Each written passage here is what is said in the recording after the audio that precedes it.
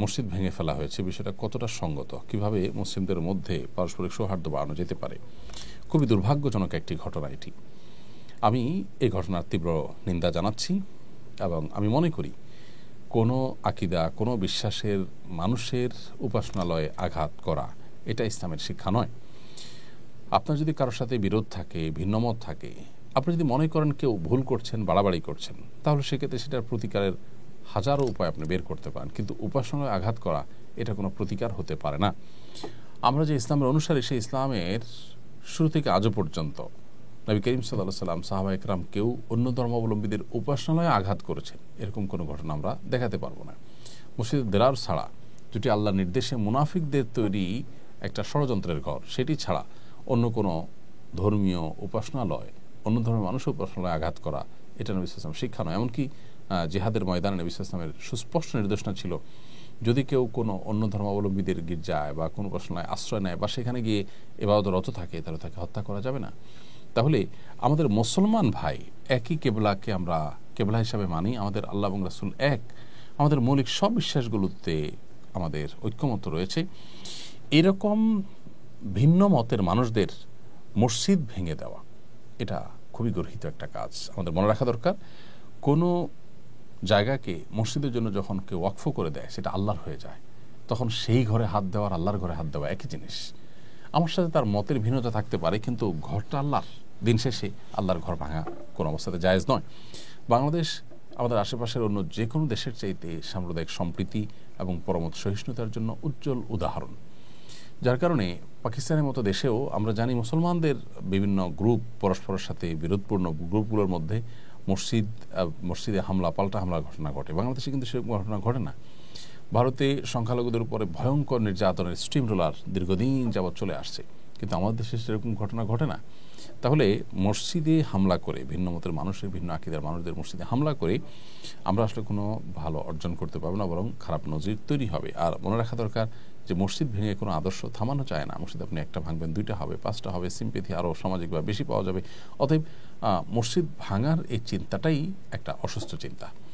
অতএব এ ধরনের গর্হিত কাজ, এ ধরনের অন্যায় কাজ আমরা যেন কেউ আর না করি।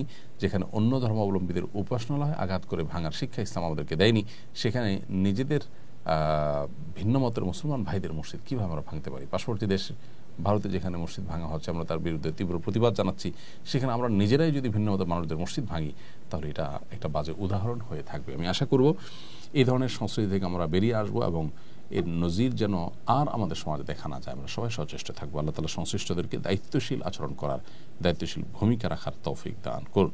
মাহবুব আলম আপনি লিখেছেন, মসজিদে প্রবেশের সময় যদি ডান পায়ের পরিবর্তে বাম পা আগে দিয়ে ফেলি, তাহলে কি গুনাহগার হব? যেহেতু ডান পা দিয়ে মসজিদে প্রবেশ করাটা সুন্নাহ বা মুস্তাহাব, অতএব ভুলবশত বাম পা দিয়ে ফেললে আপনি গুনাহগার হবেন না। তবে আত্মশাসনের অংশ হিসাবে এরকম ভুল করে ফেললে আপনি আবার বের হয়ে, বাম পাও দিয়ে বের হয়ে এরপরে নতুন করে দোয়া পড়ে ডান পা দিয়ে আপনি প্রবেশ করলেন। এভাবে যদি করা যায়, তাহলে নিজের বাম পাও দিয়ে বের হওয়ার যে ভুলে বের হওয়ার যেটা প্রবণতা আছে, সেটা দূর হয়ে যাবে ইনশাআল্লাহ তাআলা। এমনি নোমান আব্দি লিখেছেন, মসজিদের ওয়াকফকৃত জায়গায় জনসাধারণের চলাচলের রাস্তা নির্মাণ ও ঈদগাহ নির্মাণ করা জায়েজ আছে কিনা? ভাই নোমান, মসজিদে ওয়াকফকৃত জায়গায় এবং সাধারণের জন্য চলাচলের জন্য রাস্তা নির্মাণ করা হয়েছে, সেই রাস্তায় আপনি ঈদগাহ নির্মাণ করতে পারবেন না। মসজিদের জন্য কেউ যদি ওয়াকফ করেন এবং সেটা যদি মসজিদের কোন কাজে ব্যয় হবে সেটা নির্দিষ্ট করে দিয়ে থাকেন, তাহলে যেখানে দিয়েছেন, যে উদ্দেশ্যে দিয়েছেন, সেই উদ্দেশ্যে সেটা ব্যয় করতে হবে। মসজিদের জায়গাতে আপনি ঈদগাহ করতে পারবেন না। হ্যাঁ, যদি দান করার সময় এটা মসজিদ, এটা ঈদগাহের জন্য নির্দিষ্ট করে দিয়ে থাকেন ওয়াকফকারী, দানকারী, তাহলে সেক্ষেত্রে সেটা ঈদগাহ হতে পারে। মসজিদের জায়গায় মসজিদের কল্যাণমূলক, যেমন মসজিদের ইমাম সাহেবের ঘর অথবা কোনো ভাড়া দেওয়ার জন্য ভবন বা মসজিদের রিলেটেড যে জিনিসগুলো আছে, যেগুলো মসজিদের স্বার্থে ব্যয় হবে, সেরকম কিছু করা যাবে। মসজিদের জায়গায় যেমন মাদ্রাসা নির্মাণ করা যায় না, ঠিক একইভাবে আপনার ঈদগাহ নির্মাণ করা জায়েজ নেই। আর মানুষের চলাচলের রাস্তা, এটা তো রাস্তা হিসাবে নির্মিত, অতএব সেখানে ঈদগাহ বানাতে পারবেন না। প্রত্যেকটা দানের যে উদ্দেশ্য আছে, সেই উদ্দেশ্য অনুযায়ী সেটাকে ব্যবহার করতে হবে। সম্প্রতি কিশোরগঞ্জের কুলিয়ারচরে এক শিশুর পিতা তার সন্তানকে নিয়ে বাড়ি যাওয়ার পথে অতি উৎসাহী জনতা শিশু অপহরণকারী অভিযোগে শিশুটির সামনে লোকটিকে বেধড়ক মেরেছে। পরবর্তীতে প্রমাণিত হয় যে শিশুটি তারই মেয়ে। জনতার অতি উৎসাহের কারণে প্রায় এই ধরনের ঘটনা ঘটে। প্রতিনিধিশীল আলেম হিসাবে বিষয়ে কিছু বলবেন আশা করি। দেখুন, আমরা বরাবরের মতো এখনও বলবো যে আইন হাতে তুলে নেওয়ার এই প্রবণতা, এটা সবসময় নিন্দনীয়। আমাদের প্রিয় নবী সাল্লাল্লাহু আলাইহি সাল্লাম মদিনা রাষ্ট্র যখন কায়েম করেছেন, তিনি যখন মদিনা রাষ্ট্রের বিচারকের ভূমিকায় ছিলেন, কোনো সাহাবী কোনো অপরাধের কারণে কাউকে শাস্তি দিতে যাননি। 1450 বছর আগের সমাজে যেখানে এই বিষয়গুলো খুবই সাধারণ ছিল, সেখানেও তারা নবীজির কাছে কোনো অপরাধীকে অপরাধী মনে হলে জিজ্ঞাসা করতেন, হে আল্লাহর রাসূল, আমি কি তার জন্য এই শাস্তি কার্যকর করব? আমি কি তার গর্দান উড়িয়ে দিব? তার মৃত্যুদণ্ড কার্যকর করব? অর্থাৎ নবী সাল্লাল্লাহু আলাইহি ওয়াসাল্লামের কাছে জিজ্ঞাসা করতেন। তার কাছে মনে হয়েছে বিষয়টা প্রমাণিত এবং লোকটা দোষী, তারপর নবীজি সাল্লাল্লাহু আলাইহি ওয়াসাল্লামের পারমিশনের অপেক্ষা থাকা, এটা হলো বিচারিকভাবে বিষয়টিকে প্রমাণ হওয়া পর্যন্ত অপেক্ষা করার মতো বিষয়। অতএব এ ধরনের বিষয়ে যদি আমরা আইন হাতে তুলে নেই, আমার যা ভালো মনে হয় সেটাই আমি করা শুরু করে দিই, তাহলে সন্দেহাতীতভাবে সমাজ অস্থিতিশীল হবে এবং এ ধরনের অনাকাঙ্ক্ষিত, অনভিপ্রেত এবং অপ্রত্যাশিত ঘটনা আরও বেশি বেশি ঘটতে থাকবে। বিধায় আমরা এই আইন হাতে তুলে নেওয়ার কালচার থেকে বেরিয়ে আসার চেষ্টা করব এবং এখান থেকে নিজেদেরকে যথাসম্ভব আমরা বিরত রাখার চেষ্টা করব। সেই সাথে আইনের শাসন যত কার্যকরভাবে বাস্তবায়ন হবে, তত বেশি মানুষ আইন হাতে তুলে নেওয়ার প্রবণতা থেকে সরে আসবে ইনশাআল্লাহ তাআলা। সোশ্যাল মিডিয়ায় অনেকে বলছেন ধর্ষককে পুলিশের হাতে তুলে না দিয়ে গণপিটুনি দিয়ে মেরে ফেলা উচিত। এভাবে জনতার বিচার করার ব্যাপারে শরীয়তের বিধান কি? দেখুন, বিচার নিজের কাঁধে বিচারের দায় তুলে নেওয়া এবং আপনার আইন হাতে তুলে নিয়ে যে কারোর বিচার কার্যকর করা, এটা কখনোই প্রশংসনীয় নয়।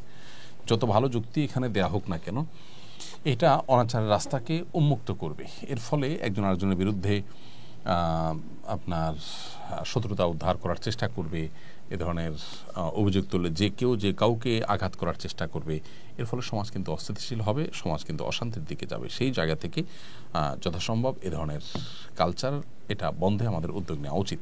তো এটা ঠিক যে বিচারের দীর্ঘসূত্রতা, আদালতের প্রতি মানুষের আস্থা হারিয়ে যাওয়া, প্রশাসনে পুলিশে যারা আছেন তাদের দায়িত্ব অবহেলা এবং অসৎ উপায়ে তারা কালোকে সাদা, সাদাকে কালো করার প্রচেষ্টা, প্রবণতা, এগুলোর কারণে মানুষের মধ্যে আসলে আস্থাহীনতার সূচনা হয়েছে, আস্থাহীনতার ব্যাপারটি ঘটেছে এবং যার ফলশ্রুতিতে মানুষ এ ধরনের কথা বলে। তো আমাদের উচিত হলো এগুলোকে যথাসম্ভব মোকাবেলা করা শক্ত হাতে এবং সমাজে আপনার আইনের শাসন প্রতিষ্ঠা করার জন্য প্রত্যেকে যার যার জায়গা থেকে কাজ করার চেষ্টা করা দরকার। এটা যদি না করি এবং সবাই যদি আইন হাতে তুলে নিতে থাকি, তাহলে অনেক নিরপরাধ মানুষকে শত্রুতা উদ্ধারের জন্য এই ধরনের মিথ্যা অজুহাত দিয়ে তাকে, মানুষকে তার ব্যাপারে খেপিয়ে তাকে মেরে ফেলার প্রবণতা আমাদের সমাজে তৈরি হবে, যেটা আমাদের কারোরই কাঙ্ক্ষিত নয়।